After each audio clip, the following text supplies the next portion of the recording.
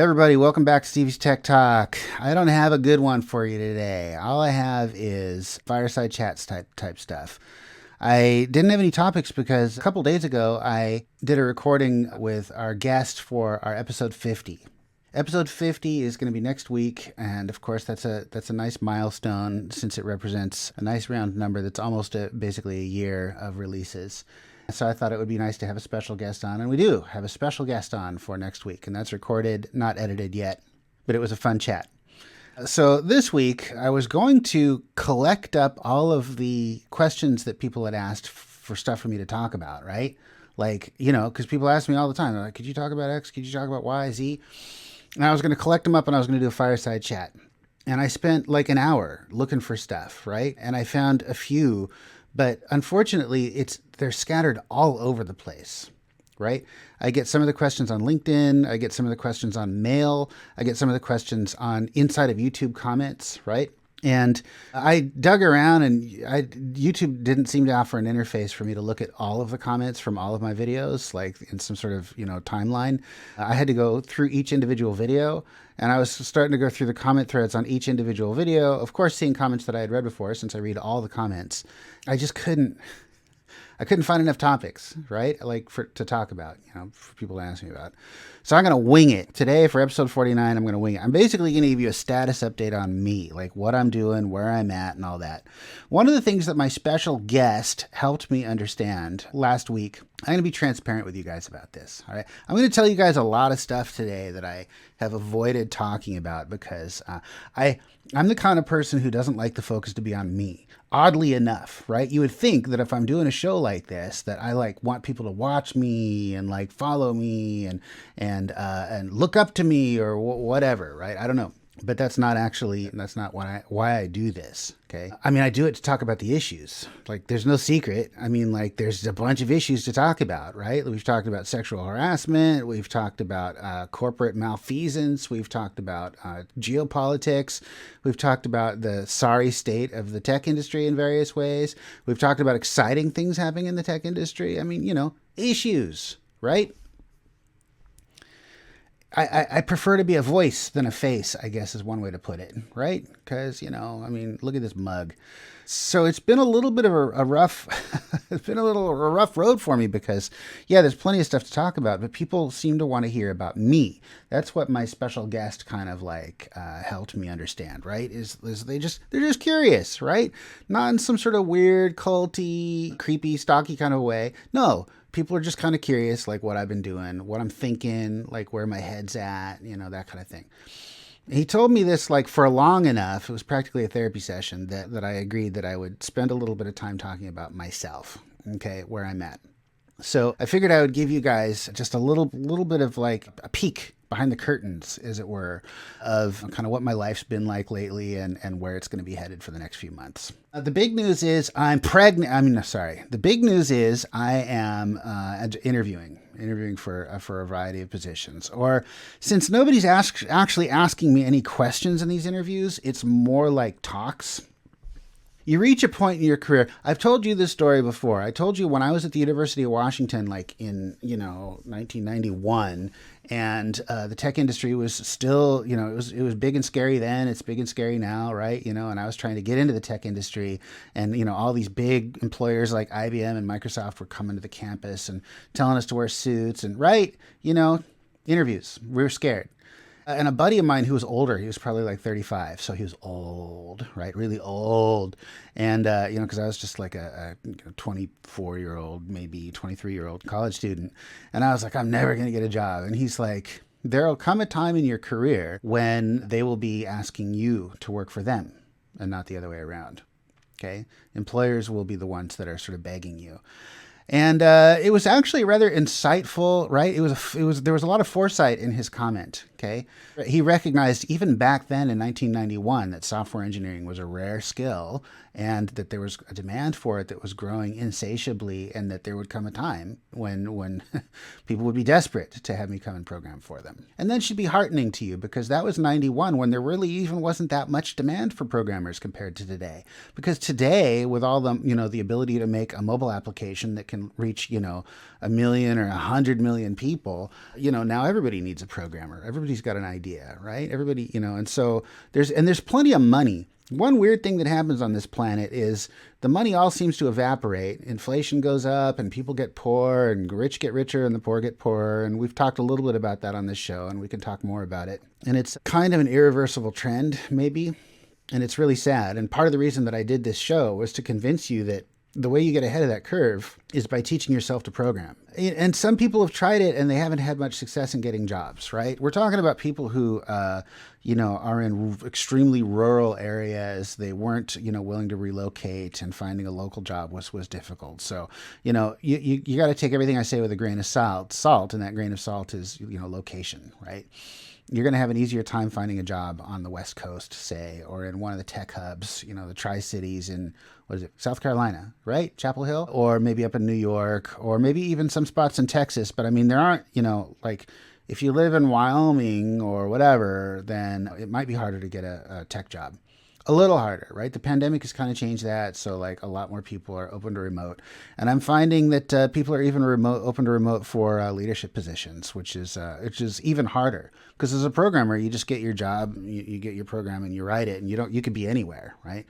But leadership is mostly about people, and people is mostly about proximity. It's hard to do it, over a Zoom, right? It's hard to be an effective leader over Zoom. You can. It's just harder. And so companies are generally biased towards having people locally. So yeah, that guy told me that people would be reaching out to me, and I was really excited. And then eventually I got a nice job at GeoWorks, and I'm very grateful that they let me come work for them. And I learned a lot, and I made a lot of great friends, lifelong friends. It's weird how the GeoWorks community, we have been just unbelievably tight. Have you ever had a job like that? Or a team that you were on, where everybody stayed friends for years or even decades afterwards?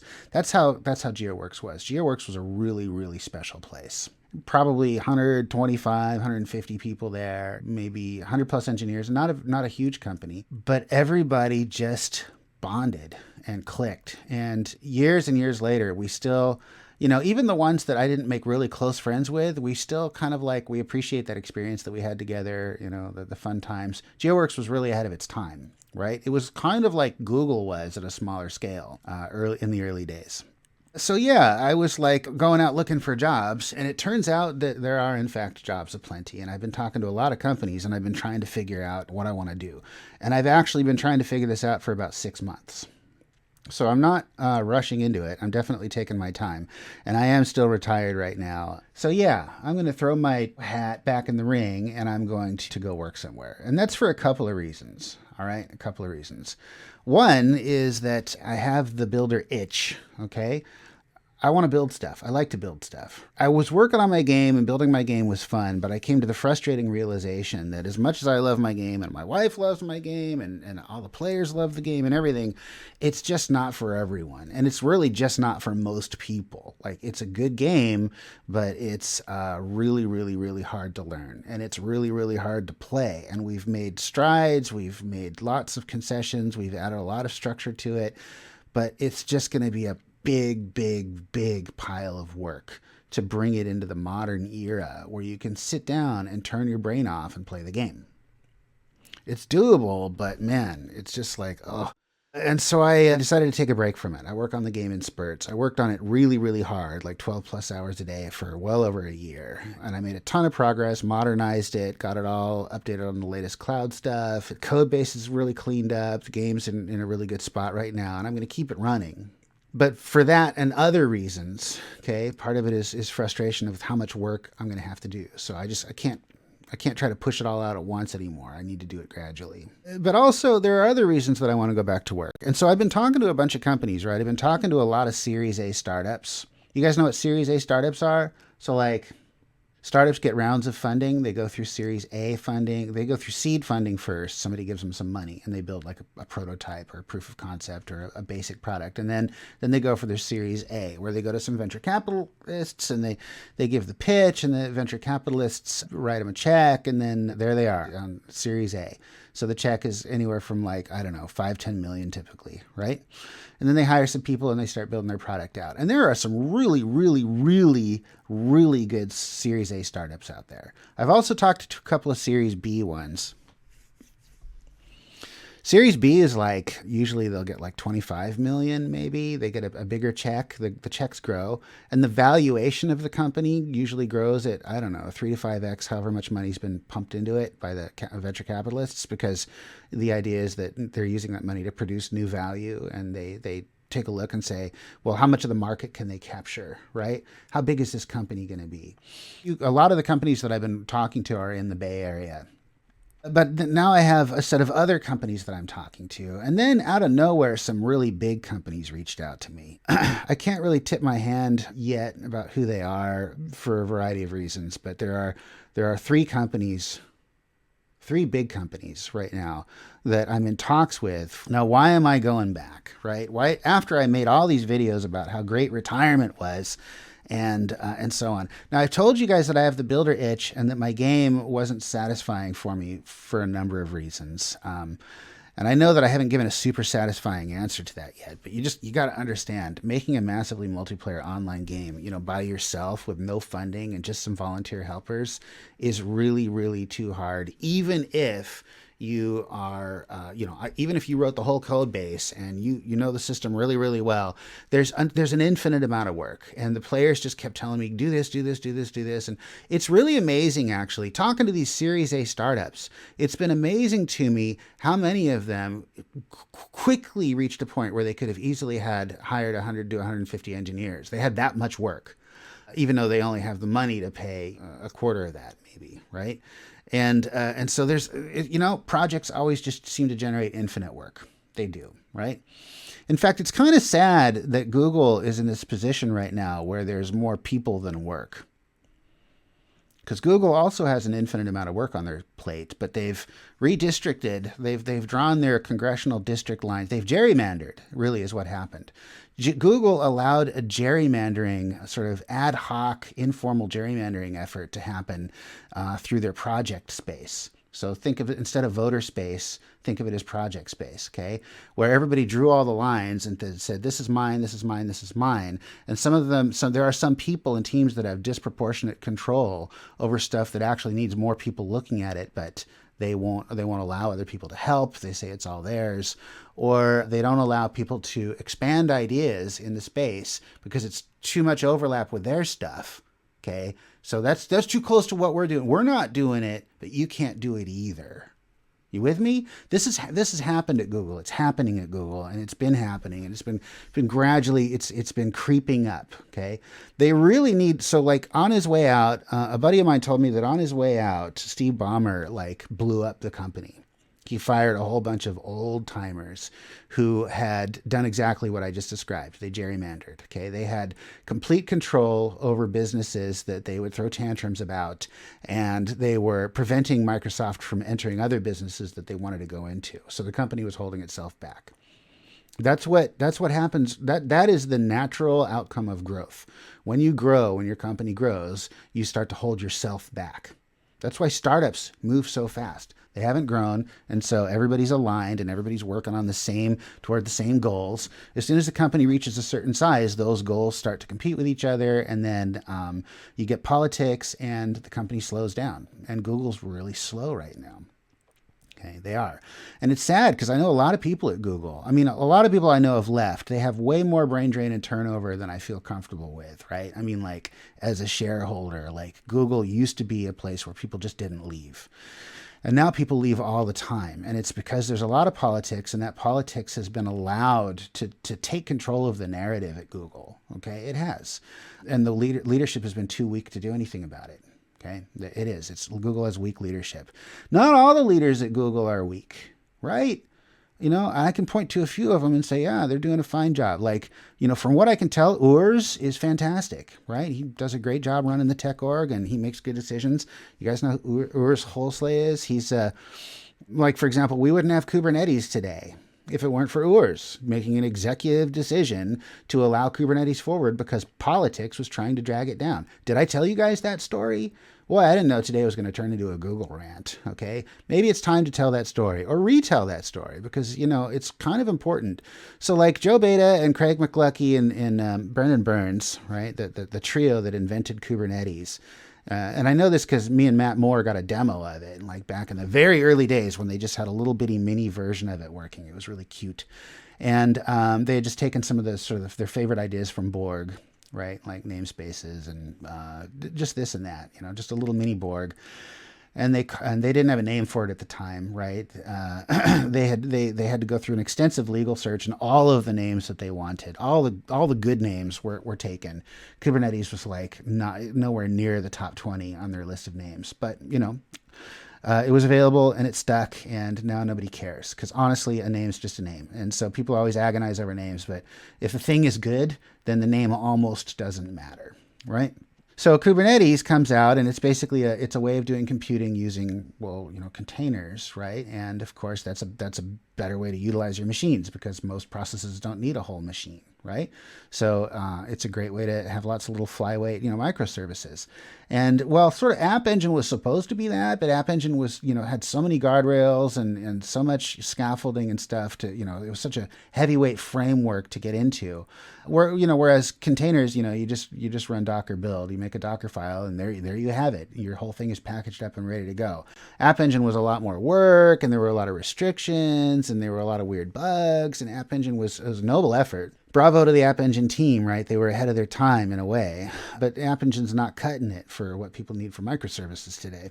And Compute Engine wasn't cutting it either because it was just like Amazon's, what is it, EC2? It's just VMs. And a lot of companies are very successful with VMs. Grab was primarily a VM shop, right? They would just run VMs. And I use VMs for my game, and VMs are fine, but there's a lot of promise in Kubernetes. Promise that you can get a better packing of your processes onto the machines as you scale up. It could be a huge cost savings is the promise. So they invented it, and cloud shut them down. I mean, Google Cloud was like, no, you can't launch this. Like the product managers had absolute control. It was a mafia. Craig McLuckie was one of the PMs, and he had to fight this battle. And App Engine and Compute Engine both said, we don't need a third way to do computing on Google Cloud.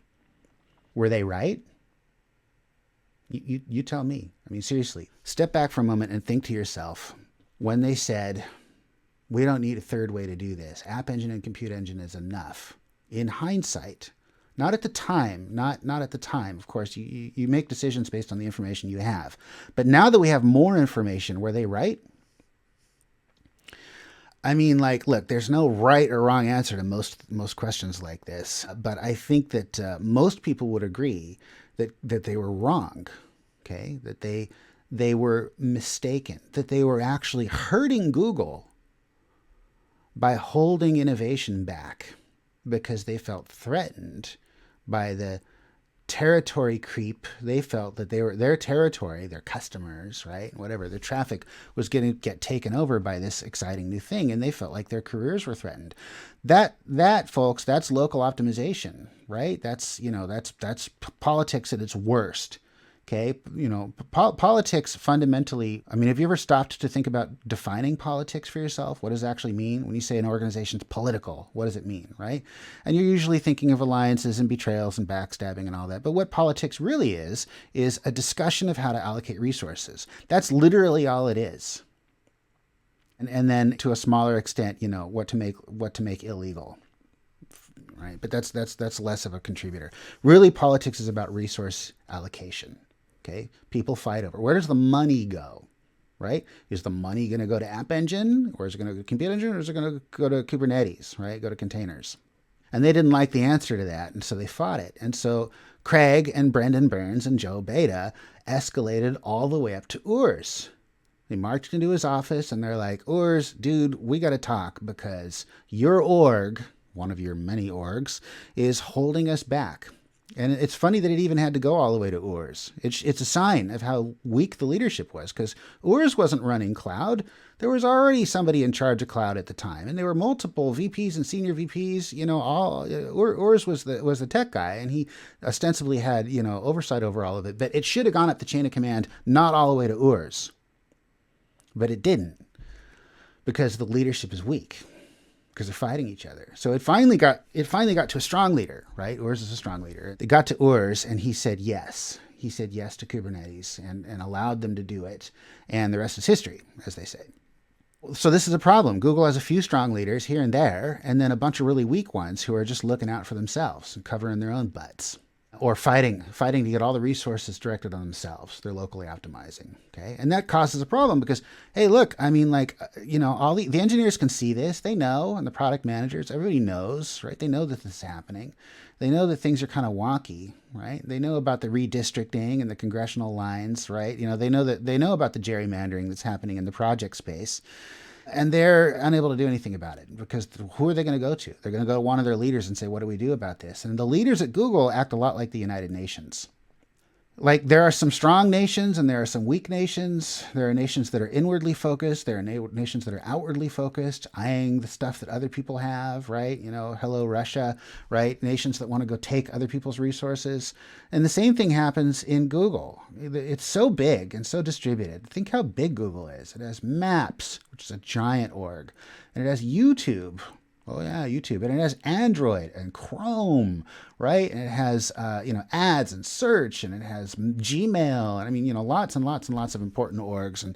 And they act like nations. They're like nation states, right? They can decide to use whatever technology they want. If the org decides they're going to do it, then they do it. And so they're like the United Nations, right? Because they all kind of like keep an eye on each other, but they don't really help each other, and it's distributed leadership, and there's no one voice at the top. Sundar's not a voice at the top. He's practically invisible. He just runs the company, like, kind of in very, very quietly. He was chosen because he didn't have a big ego, and he didn't have a big, guns blazing, rootin' tootin' cowboy attitude like some of the people that they were considering had. Okay, they chose him because they wanted to avoid a Vic and Dotra situation. But unfortunately, what they got is a situation where they have a leader who's lackluster. Okay, it's a hard job. I'm not saying I could do any better. I probably would not do better. Okay, almost certainly would not do better. But they could find someone better. Right? I don't have to be the guy that does the job to be able to tell you that they can find someone better. I mean, hopefully logic and common sense prevail here, right? I'm allowed to say they can do better. And they should, but they haven't. So you can contrast Google with a founder-led company, like, Apple was under Jobs, or, Amazon under Bezos, or whatever, right? And, Andy Jassy, who's taken over and is just as much of an asshole as Bezos about, like, unions and stuff, unfortunately. So he was definitely groomed by Bezos, like groomed in the worst way. But he's still very, very, very, very good. Okay, I mean, he's like really, really, really scarily competent. Okay, he's good for the position, and he is acting like a founder. Okay, he's actually come in, and he's being a pretty good backup Bezos. And in some ways, right, Andy Jassy is a lot more competent and polished and slick than Bezos was. Bezos is more of the idea guy. Jassy is an executor, an executor, I guess. He's getting the job done. The important thing is that he's acting like a founder, okay? And so this has been kind of a theme. I've been very intrigued by companies that still have their original founder. Almost all of the companies that I've talked to, except for one, still have their original founder in charge. And I lean towards those companies, and I'm biased towards those companies because otherwise you're rolling the dice. You bring in a new CEO, you bring in a new CEO, you bring a new president of cloud, you bring in a new GM, whatever, and all these people come in and they try to make heads or tails of things, and they often make a mess of it. You really need a special kind of a person. Somebody who is really slick, somebody with really good people skills, somebody with unshakable confidence and a great technical background, great leadership, poise, common sense, calmness, able to motivate people, able to make the hard decisions and make the judgment calls. Who am I talking about? I'm talking about Satya Nadella. He's the CEO of Microsoft. And so Microsoft, of course, they went through Bomber, and I've talked about how bad that was. But I mean, Satya's great. So... Right? I mean, if you just want proof that Google can do better, just point over the water to Redmond and say, yeah, right? Yeah, of course Google can do better. Google could have somebody like Satya at the helm. But they don't. And so Google's leadership is weak like the UN, and all of the engineers know about it, and they mail me. They say, Steve, I'm kind of unhappy because blah, blah, blah, blah, blah, right? And so Google has brain drain. People are leaving. And when you have brain drain, all of your good people leave, right? So Google is in a bit of a bind right now. I mean, they're doing phenomenally well in terms of, revenue and so on, right? But it's just people in the end. They're just people at the top. And they only have as much experience as you do. And many times they're completely unqualified for the job that they're in. But more often, they're just kind of barely qualified and they kind of get the job done and they're not bad enough to fire, but they're kind of in the middle of the bell curve or just slightly to the left of center. And right, they're just not very strong leaders. And they can't do things like resolve conflicts inside of the company. And so the company stalls. This company stalls and things don't launch. This is why I'm leaning heavily towards founder-led companies, all right? And there are some in domains that you probably never would have thought of that are becoming tech companies, okay? They're becoming companies that are sort of like Amazon or Google in a way, at a smaller scale, but by hiring Amazon and Google and Microsoft and Facebook, employees to help lead them into this sort of, this new age of any company can have a really good tech stack, right? And that's kind of exciting to me. So even though the big companies that I'm talking to, I didn't reach out to any of them. They reached out to me. And the small companies, I'm getting introduced by a couple of different venture capital firms who've taken a liking to me. So I don't know where it's going to go, but it's definitely not going to be Google. Google is still probably a great place to work, but it needs a regime change. Fundamentally, I mean, they need a revolution. I mean, how do you fix gerrymandering? Right? You do what Steve Ballmer did on his way out and you blow the company up. You have to get rid of a bunch of people and you have to do a huge reorg. Put on your Rick Dalzell hat and be like, time for a reorg, let's do a reorg. Like, seriously. I mean, remember I told you Dalzell did reorgs just to make sure that things didn't get stinky. Well, when your product team says, no, you can't launch Kubernetes, I'd say things are pretty stinky. Okay. So yeah, Google's kind of stinky right now. That's the problem, right? They were like a huge circus that came to town and they were really bright and exciting and shiny. And now the circus has been around for 25 years and the clown's sitting back behind the tent smoking a cigarette and kind of stinks of urine. And the whole place is like, seriously, you go down to Google's headquarters, right? And it's just kind of shabby and run down. The remote sites, I'm talking about the Mountain View one, right? The remote sites are actually in better shape than Mountain View headquarters. Google's just kind of like well-trodden, kind of trammeled right now. It's like a dirt road full of ruts and footprints, and they just need to like go in and like build a new road there, And that means getting rid of the most toxic people there, okay, or the weakest people there, the people who are holding on without making forward progress. And that is a really hard thing to do at Google's size and scale. And what does it take? It takes stronger leadership even higher up. And it's not happening. And it's going to take some existential crisis, right, for it to finally happen with Google. And I don't know when that's going to be. So look, another reason that I'm going back into work, I haven't really told you all the reasons yet, okay? One is, and I don't really know how to say this, but I mean, like, I'm half introvert and half extrovert. Okay, I'm half and half. Like, I was told as I was growing up that in astrology, which I'm not a believer in, but it's always kind of fun to like hear something about yourself that actually does make sense. I was born on the cusp of Capricorn and Aquarius. I'm a cusp kid, so I apparently show signs of both. Whatever. Maybe telling me that became a self-fulfilling prophecy. But I've always been perfectly comfortable being outgoing and gregarious, which is kind of a miracle because, remember, I skipped 3 grades. I went to high school when I was 11. I graduated high school when I was 15 after 5 years of high school because I took my senior year over again because it was the first year that I actually felt normal and then I had friends and it was like a normal experience for me and I didn't want to leave. So they got me off in the technicality that I hadn't taken driver's ed yet and I had to have it to graduate and I wasn't old enough. And so they used that and said, okay, we'll keep you back and you can take a bunch of AP classes, right? And then I went on to school and all that. So, but I community college and then the Navy and then university. So like I had a very, very weird, non-standard, route through childhood. And it's kind of a miracle that I wound up normal, right? Whatever that means. So yeah, I love going out and hanging out with people and, being at parties. And I don't drink anymore. I quit drinking about 5 years ago. I mean, let's face it, a lot of the problems that I had at Google had nothing to do with Google's leadership. They were my own problems, right? I was alcohol abuse, and I was in major depression, and I had gained a bunch of weight and just a bunch of stuff, right? And it was just not going well for me. Part of it was from me pulling my hair out because the cloud PMs would never let me do anything that customers wanted. But, some of it was just me going through a bad time in my life. And so I quit drinking about 5 years ago. But I still love going out with people. It's great fun, right? But I'm also an introvert. Like, there's also a part of me that hates doing this show, right? I mean, so why am I doing it? Well, because the introvert and the extrovert are at war. The introvert wants to sit back and write novels, okay, and just hang out. I have been locked in my house for the last 2 years. I mean, that's not really an exaggeration. I know I'm prone to exaggeration. I am. I love exaggeration. I don't think anybody on earth likes exaggeration more than I do.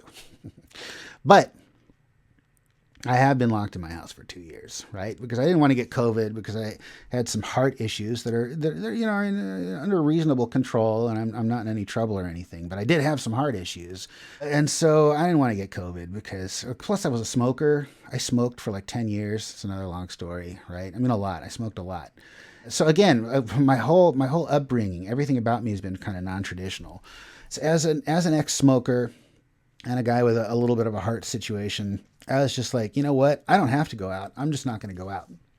And so I've taken it more seriously than most people. I mean, come on, I'm locked up in a beautiful, beautiful home. I love my home, and I can hang out down here in the studio all day, and it's really beautiful. I'll give you guys a tour of it one of these days. I love it here. I hang out with my wife. We go on walks. I actually do physically leave the house, okay?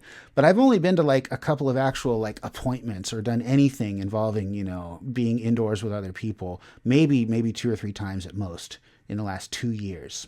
And I'm not really in any hurry to get out, which really shocked my special guest when I told him last week. He was really sad and thought, well, Steve, you can't be a hermit. We're all counting on you to not be a hermit, okay? Because I told him, like, the hermit side of me is calling.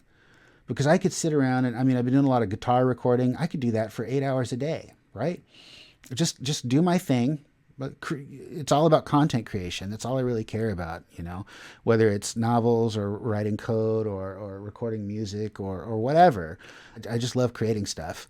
And you'd never see me again, right? And so my two halves had an argument with each other.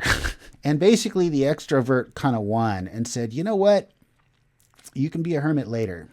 There's plenty of time, okay? One of the things that my special guest next week asked me that probably won't make it into the editing, because I think it happened before we recorded. He asked me, he said, you probably don't know what you want in life. Because it sounded like that if I say I'm locked up in my house. And I said, oh, no. I know exactly what I want in life. I have a 30-year plan from now, okay, which takes me into my 80s. And he was shocked, because maybe most people don't know what they want in life. But I have very specific, very concrete goals, okay? But they're going to take me some time to realize those goals, okay? Think of them as long projects. Like, for example, one that I can talk about is my backlog of music recording that I have to get done, and I've got to get the videos done, and I've put a lot of work into that recently. I took a hiatus after the pandemic started, but I'm gonna start a guitar channel, okay, or a stringed instrument channel, and I'm going to be doing tutorials. I'm going to be doing philosophy talks, how to make yourself a better musician. I'm going to be uploading videos of me playing arrangements and original compositions and things like that. It's all going to start back up again because I love doing it, right? So yeah, but I mean, like, if you knew how much that I want to record, I have a whole career worth of stuff to record.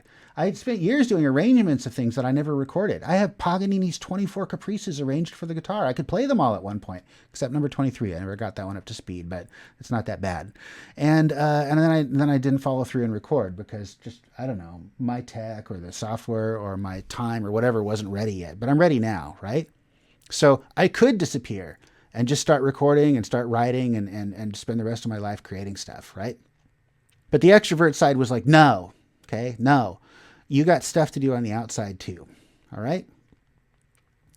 And part of that is this show, right? Like this show, I love this show. I love this show because people tell me they love the show, right? That's why they tell me that they get value out of it, that they like hearing my perspectives, that sometimes it gives them renewed, motivation, right, to go study things that they were kind of curious about, or whatever. And that makes me happy, right? Because I love doing that. It feels good to learn new things. It doesn't feel good while you're learning them, maybe, but once you've learned them, then that dopamine hits and you're like, yeah, I learned a new thing, right? And I want everyone to have that nice feeling. So yeah, I like doing the show, but I'm really running really dry on things to talk about because I'm not working with another group of people. So I know it's very much tail wagging the dog. This show is actually what got me the job offers. It wasn't the blog, okay, or any of the other stuff that I did, right? It wasn't even the job experience necessarily. It was the show. Okay, people have been referring to it and saying, yeah, this show, really opened our eyes, to, the kind of perspectives that you can bring to this company, right? And the things that you can do and how you can motivate people and recruit people and retain them and all that, because I care a lot about it, right? So go figure. But for the show to be really successful, I need to be challenged. I need to be struggling. I need to be suffering, right? The only time I ever blogged was when I was mad. Right? And if I'm enjoying the heck out of myself in my house, right, with my lovely wife and our lovely dog Mozart, and we've got a lovely family and neighbors, and I mean we live in heaven, right? We live in heaven. A friend of mine came visited from Munich, and he took a look around and he's like, "Yeah, you live in heaven." Then it's harder and harder for me to talk about the woes of a software engineer because I'm not doing it. Or I'm not surrounded by people who are telling me stories that remind me of things that happened to me during my 30-year career. It will be 30 years for me since my first tech job next month, okay, in June of 2022. So I want to keep the show going because I feel like I'm like the only one who's actually tried this, which is, shine a light on stuff that's happening inside of big tech corporate America in a way that like helps people understand it a little bit better, helps people maybe choose that career path, and then helps people in that career path like make good decisions and stay motivated about what they're doing. Okay, because if you're a software engineer in today's market, you are blessed and you probably know it, right? You're very privileged, and you can have that privilege just by learning how to program yourself, right? So I care a lot about that. Like I really want, let's face it, I want companies to be more successful, right? Which requires getting, good engineers and good product managers and good UX designers and so on. I want them to be successful to build great products that I can use, because I can tell you, I grew up in the 70s, right? As a kid, in the 80s, and the tech was like terrible and batteries would last like an hour and everything was awful.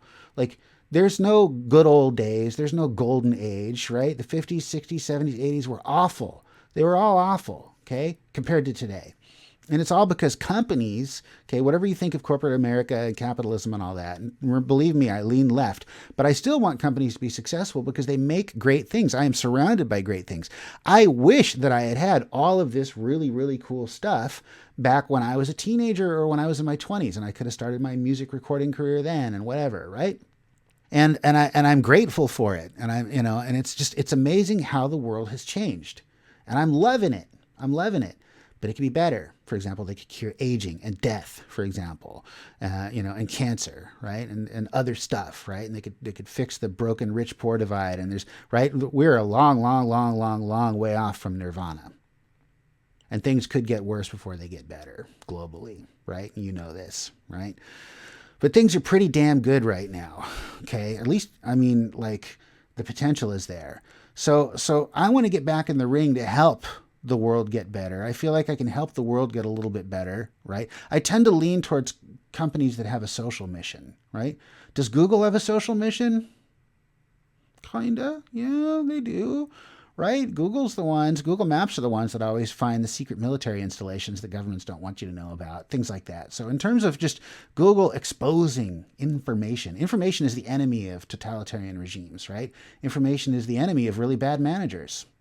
Information is something that a lot of people try to control because they don't want you to be mad at them for the shit that they're doing, right? And Google, you could argue Google's social mission is to expose all of that.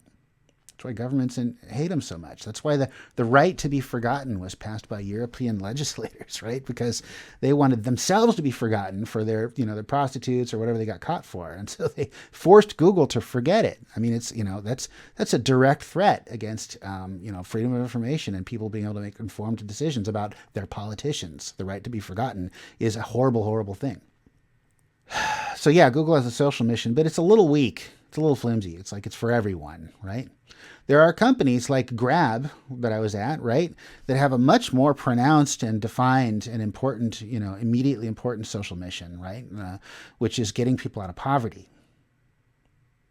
right? And so I like companies that are going after going after financial inclusion. I like companies that are going after enabling people in various ways to become creators. Okay. In a sense, TikTok had a social mission, right? Which was to create a new creator economy where if you have funny ideas and you want to do performative stuff in a video, then you can make money off of it, right? YouTube did that to an extent too. Creator economy is a big deal. So I'm talking to some companies about that. I haven't made up my mind yet what I'm going to do. I'm taking my time and I'm making sure that whatever I do is something that I feel like I can do for a long time, right? And jump back in. And then I think I'll be able to keep this channel going because it's going to give me a steady stream of great ideas for stuff to talk about. Because when you're around people, all kind of crazy stuff happens. So yeah, look, I'm not going back to work to make my channel better. I mean, honestly, my novels will do better as well if I'm feeling human conflict again, as painful as it can be sometimes, right? And I also feel like my time at Grab really helped me put me in a place where I can deal with human conflict because, I know it's coming and I know what people are thinking when it happens. And I've gotten a lot better at sitting them down and helping align, right? Whatever the situation is, helping people align and calming people down. But still, I mean, like, just if you want to be a creator, you have to struggle. Like I haven't written a novel. And the reason I haven't written any novels yet is that my creed has been live, then write. And, I never liked Terry Pratchett because the dude started writing when he was 17 or whatever, or earlier. And he was writing before he had lived any life experiences, and his stuff was garbage. And he became a better writer and whatever, but never a great writer. And it's because he didn't go and have those horrible experiences that Tolkien and G.R.R.M. did, in the wars. And I'm not saying, if you want to be a writer, you have to go through a war, but there are home situations that you can go through that are just as bad. Maybe Terry Pratchett had some of those, right? I don't know. Maybe I'm being too hard on him, right? But I don't think he should have started writing when he was a teenager. I know that's a mean thing to say, and you can do it if you want, but I chose not to. I chose to live, and then I will write. And when I write, you can believe me, the novels that I've been working on for close to 20 years now. And I'm not even going to put pen to paper. And so all it's been is world building and a bunch of problems to solve. I probably won't start writing them for at least another 5 to 8 years. But when I do, I think they'll go pretty fast because of all the prep work that I've done. But again, the more distanced that I get from pain and suffering and struggle, right? The more distanced that I get from it, the less interesting my own personal stories become, right? So yeah, I'm the extrovert one, and I'm throwing my hat back in the ring. I'm going back to work because it's not because retirement wasn't for me. Retirement has been great, and I could stay retired, and the introvert side of me would be celebrating by myself. But I'm not ready yet. I got to get back into the ring. I miss people, okay? I miss the problems. And I also think that I have a lot to, I really do. I mean, look, I try to be a fairly modest person. I know I've made some statements to the past to very specific individual people that might have sounded immodest. And at the time, since I was drinking heavily, they might have been immodest. But honestly, I'll tell you, I only have a few superpowers. I tell everybody I talk to about this. I really only have one superpower, and that superpower is recruiting. I'm really good at it. And when I choose my job, I'm going to try to get you to come work there with me. Yes, you. Why you? Why you? Why you? Okay, why not someone else? The answer why I want you to come work with me is that you get me. Because you're still here 50 minutes into this video. It's probably 48 after I finish editing out the ums and ahs. But you're still here, right? Because because we think alike in some way. Yeah. And and again, I'm all about inclusion and bringing in lots of different voices and so on into companies. Harvard Business School, pounded that into me. But it's still nice to be able to like bring people in who they kind of get it, like immediately out of the starting gate, that this is not going to be like my org in whatever company I wind up in, okay, is going to be one that feels like home to you, because it's going to be just like these talks, okay? I'm going to motivate people based on promotions. My job is to get people promoted as fast as I can up to my level so that I can go on and step into some even more impactful role for the company, right? Or so that if I get hit by a bus or the introvert wins and I decide to go back into retirement, the company isn't screwed without me. That's just good leadership, right? So I'll have, be training successors and all that. And I'll be talking about that journey on this show to whatever extent that I can publicly, right? That's my superpower. I recruit. I'm good at it. Okay. I'm not a super programmer. I'm a decent programmer that, knows a fair amount of stuff. And I've had experience in a lot of domains, but, just a programmer. Right. As a writer, I'm prolific, I guess, when I want to be, but, I'm not, I wouldn't say I'm a great writer. I'm going to try to write something great with my novels. I may or may not succeed with that. But, I don't have any illusions that I'm the best writer or the best guitarist or the best at anything. I've never even tried to be. It's not been my thing. I feel sorry for people who win Olympic gold medals. That's a lonely place to be. Okay? It's very lonely and it's very competitive and everybody hates you who's near to you because you got the gold and they got the silver and the bronze. And it's a tough, tough place to be. And it's not just the Olympics, right? Anybody who tries to be the best in the world at what they're doing is in for a lonely, lonely journey. And that's never been me. I've always been more about jack of all trades, enjoy lots of different things, try different things in life, right? And so, yeah, no, it's easy for me to be modest because I suck at most stuff. Except recruiting. And I'm going to try to get you to come work with me. Okay. I hope, folks, that this has preemptively, forestalled any sort of surprise that you might have saying that I'm coming out of retirement. I think hopefully you understand why right now. I'm coming out of retirement for, look, pretty much exactly the same. Who said it best was Anthony Bourdain. Anthony Bourdain said, hey, I'm paraphrasing here, but the famous quote. He's like that guy inside of him that just wants to eat junk food and play video games all day long, right? And sit around on his couch. Like his entire life is a series of stratagems to defeat that guy, right? So he has the whole introvert-extrovert thing going too. People get the wrong idea when I bring up stuff like this, right? I'm not trying to say I'm like Anthony Bourdain. I'm trying to say he was an inspiration for me. Is that okay? Right? Like once I said, Gay Ben doesn't talk to his developers. And I was saying that because I'm saying he was an inspiration for me. And somebody said, how dare you compare yourself to Gay Ben?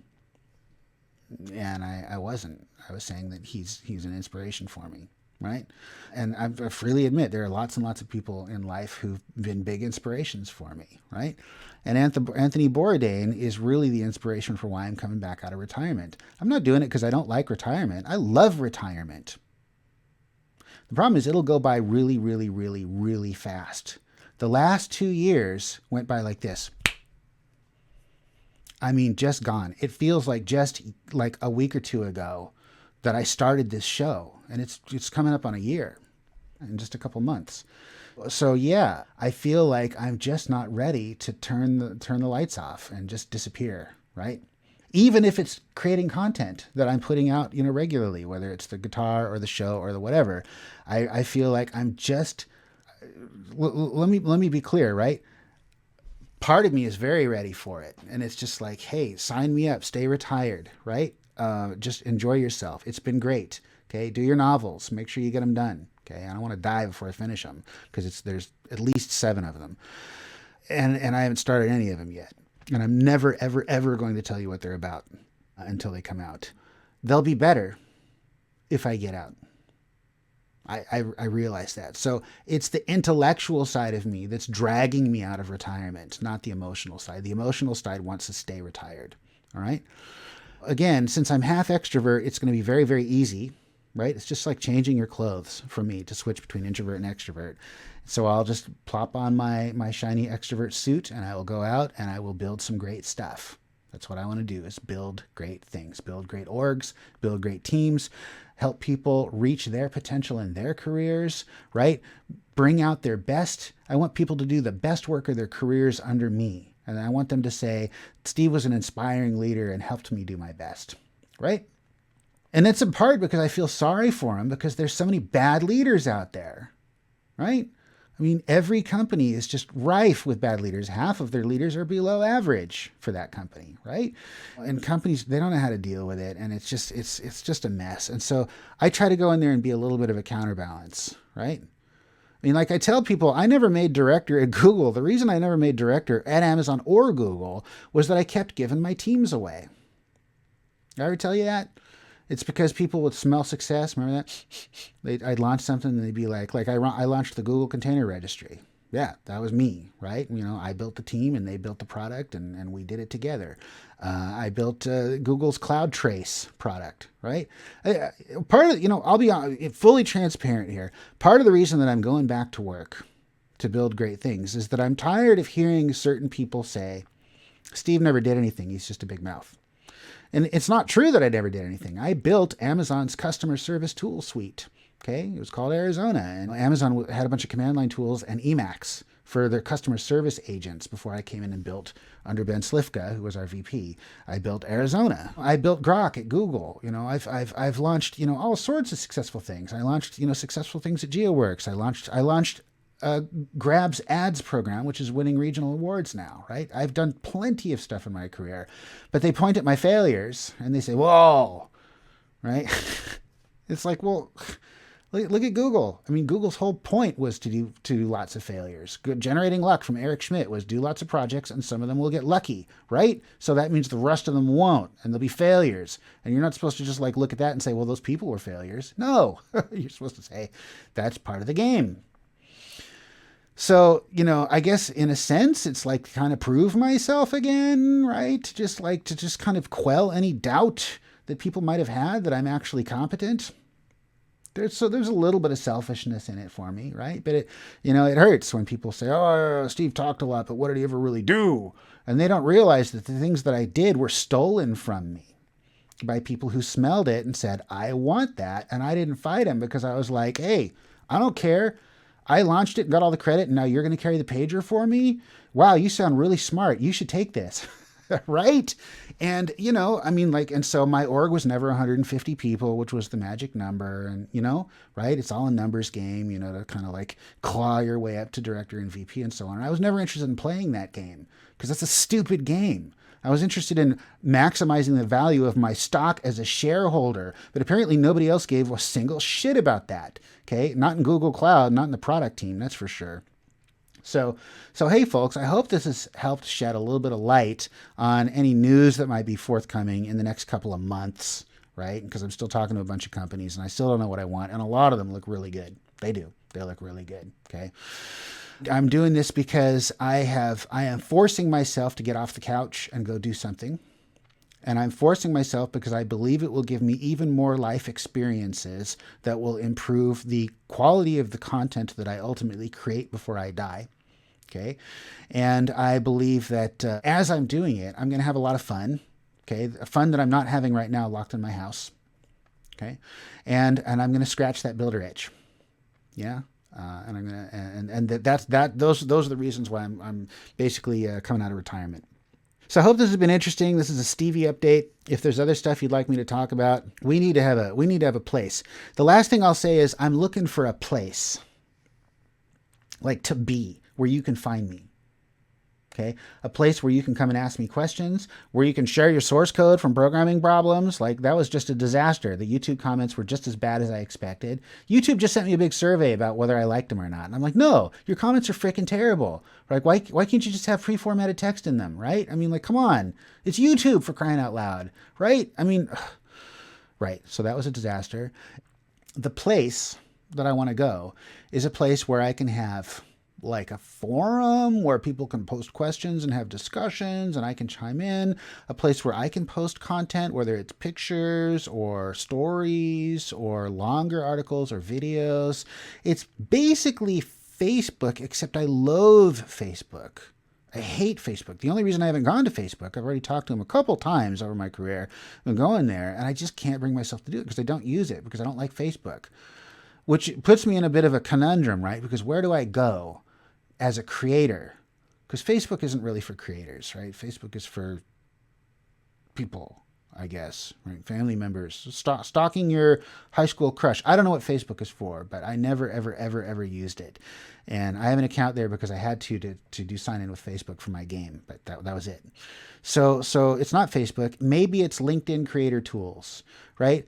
Maybe it's Twitch. Maybe it's Discourse or Discord, or maybe it's I don't know. I don't know.